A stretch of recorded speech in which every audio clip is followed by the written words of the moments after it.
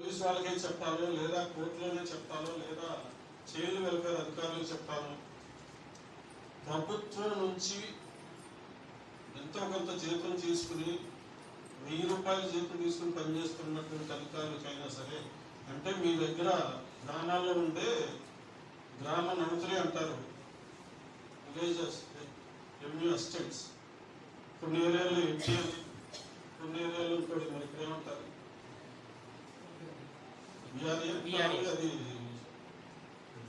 Classical word గ్రామ నౌకరీ. వాళ్ళ దగ్గర నుంచి నా వరకు ఎవరి దగ్గరైనా మీరు చెప్పచ్చు, మా అందరి మీద బాధ్యత ఉంది. బాల్య వివాహం కనుక జరుగుతుందంటే డాక్టర్లు కూడా చెప్పచ్చు, డాక్టర్లకు మాకు లేదు, మాకు ఇప్పుడు వస్తేనే చెప్తాను.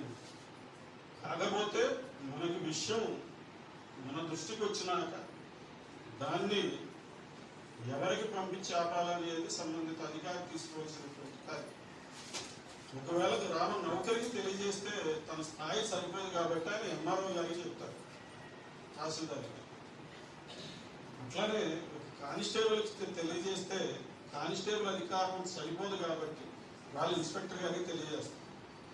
అట్లానే మా కోర్టు ఉద్యోగి కనుక ఇప్పుడు చెప్పిన కాదరకు లేదా మా మినిస్టీరియల్ స్టాఫ్కి తెలియజేస్తే వాళ్ళ అధికారం సరిపోదు కాబట్టి జడ్జి గారు దృష్టిలో పెడతారు.